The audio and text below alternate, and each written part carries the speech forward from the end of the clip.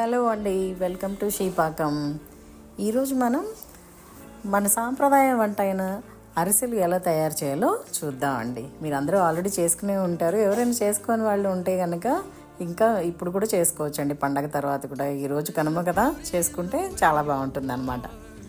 ముందుగా దీనికోసం మనం బియ్యం నానబెట్టి ఉంచుకోవాలండి. ముందు రోజే నానబెట్టి ఉంచుకుని కడిగేసి బాగా శుభ్రంగా నానబెట్టి ఉంచుకున్న బియ్యాన్ని ఇలా వడగట్టేసుకోండి. ఇలా వడగట్టేసుకున్నాక మీకు కుదిరితే కనుక మీకు దగ్గరలో రోకళ్ళ పిండి మర కనుక ఉంటే దాంట్లో పట్టించేసుకోండి, మీకు ఈజీగా ఉంటుంది. లేదంటే కనుక ఇంట్లోని మీరు మిక్సీలో ఇలా తడిగా ఉన్న బియ్యాన్ని ఆరబోయకుండా ఇలా ఊరికి వడగట్టి వాటిని పిండి చేసుకుని శుభ్రంగా జల్లించేసుకొని ఆ పిండిని పక్కన పెట్టుకుని ఉంచుకోండి. తడిగా నొక్కేసి ఉంచుకోండి, ఎందుకంటే ఆరిపోకుండా ఉండడానికి. ఇప్పుడు ఒక గిన్నె తీసుకుని దాంట్లో బెల్లంని శుభ్రంగా, మీరు మంచి బెల్లం అయితే ఓకే, లేదంటే కనుక పాకం పట్టేసి దాన్ని శుభ్రంగా నీళ్ళు పోసి కరిగించేసి దాన్ని వడగట్టి పాకం పట్టి ఉంచుకోండి.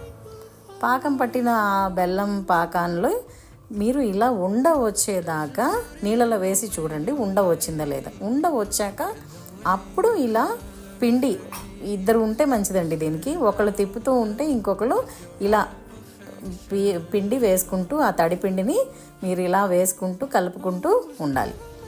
శుభ్రంగా ఇంకా ఇలా బాగా కలిపేశాక మీరు మొత్తం పిండి అంతా వేసుకొని చూడండి ఎంత పడుతుందో. మొత్తం బాగా కలుపుకోవాలండి, అసలు ఉండలు అనేది లేకుండా, తెల్లగా పిండి అనేది మనకి కనపడకుండా ఉండేదాకా బాగా కలిపేసుకోవాలండి. ఇలా చూస్తున్నారుగా, ఇలా కలుపుకోవాలి మనం దాన్ని. ఒకళ్ళు పట్టుకుని ఇంకొకళ్ళు కలుపుతూ ఉంటే మంచిదండి, బాగా కలుస్తుంది అన్నమాట. గట్టిగా పట్టుకుని బాగా కలపాలి వేడిగా ఉన్నప్పుడే.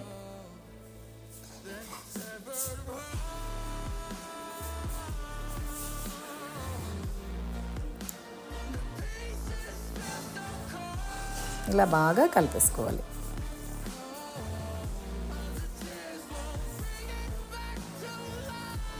మనకి తెల్లగా పిండి అనేది కనపడకూడదు అన్నమాట.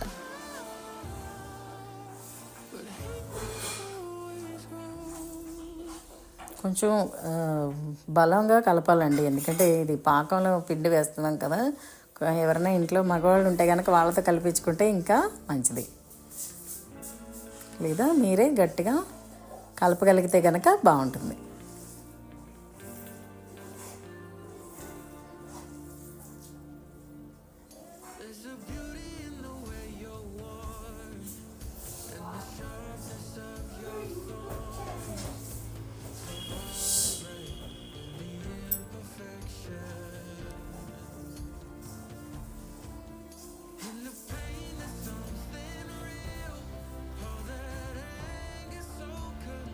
ఇప్పుడు నువ్వులు వేసేసుకోండి. బాగా పిండి కలిసిపోయాక ఇప్పుడు దాంట్లోనే నువ్వులు కూడా వేసుకొని మీకు తగినంతగా ఇప్పుడు ఆ పిండిలో కలిపేసేయండి, బాగా కలిసిపోయేటట్టుగా.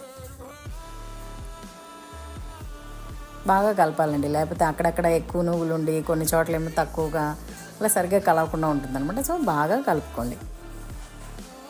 ఇప్పుడు కొంచెం నెయ్యి కూడా వేసి, అందులో ఈ పిండిలోనే నెయ్యి కూడా వేసి బాగా కలపండి. చూస్తున్నారుగా, బాగా కలిసిపోయింది. ఇప్పుడు మనం ఆ పిండి సరిగ్గా కలిసిందో లేదో చూడాలంటే మీరు ఈ తెడ్డుని కనుక ఎత్తి చూసారంటే, చూస్తున్నారా, అలా ఇలా దారలాగా పడాలన్నమాట మనకి పిండి. అప్పుడు కరెక్ట్గా కలిసినట్టండి. ఇప్పుడు ఒక మూకుడు పెట్టుకుని, పిండి రెడీ అయిపోయింది కాబట్టి ఇప్పుడు ఒక మూకుడు పెట్టుకుని తగినంత నూనె వేసేసుకోండి. వేసుకుని దీంట్లో మనం ఈ పిండిని ముద్దలుగా తీసుకుని, ఒక ముద్ద తీసుకుని మీరు దాన్ని చక్కగా ఒక పూరీలాగా దాన్ని చేతితోటే ఇలా నొక్కుని దాంట్లో ఒక్కొక్కటిగా వేసుకుని శుభ్రంగా బాగా వేయించేసుకోండి. తొందరగానే వేగిపోతాయండి, ఎక్కువసేపు ఏమీ పట్టదు. ఇది మీడియం ఫ్లేమ్లో పెట్టుకుని, మీరు మరీ బాగా ఎక్కువ ఫ్లేమ్ అయితే ఏమవుతుందంటే మాడిపోతాయి, కాబట్టి కొంచెం మీడియం ఫ్లేమ్లో పెట్టుకుని దీన్ని వేయించేసుకుని, ఆ కలర్ కొంచెం ఇలా చూస్తున్నారుగా, ఇలా కలర్ వచ్చాక తీసేసుకోండి.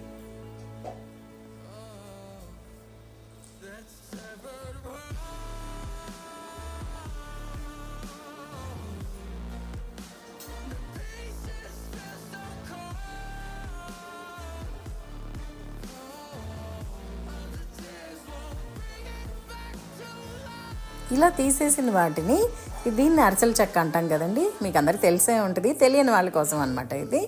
దీన్ని అరిసెల చెక్క అంటారండి. ఈ చెక్క మీద వేసుకుని మీరు ఆ తీసేసిన అరిసెల్ని గట్టిగా నొక్కుకోవాలి. ఇలా చేస్తే ఏమవుతుందంటే దాంట్లో ఎక్సెస్గా ఉన్న ఆయిల్ అంతా కూడా బయటకు వచ్చేస్తుంది. లేకపోతే బాగా ఆయిలీగా నూనెగా ఉండి తినలేమండి. సో దాంట్లో ఏదైనా ఎక్కువగా ఉన్న నూనె బయటకు వచ్చేయాలంటే ఇలా గట్టిగా నొక్కుకోవాలి. అలా నొక్కుకున్న వాటిని మీరు ప్రతిసారి కూడా ఇలా వేగినవి తీసి ఇలా నొక్కుని తీసి పక్కన పెట్టుకోండి.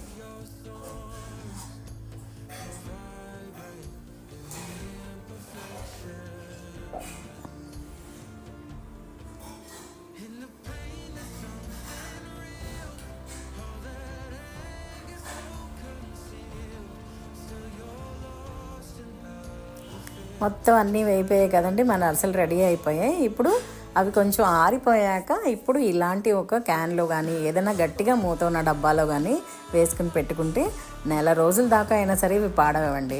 అద్భుతమైన స్వీట్ కదండి.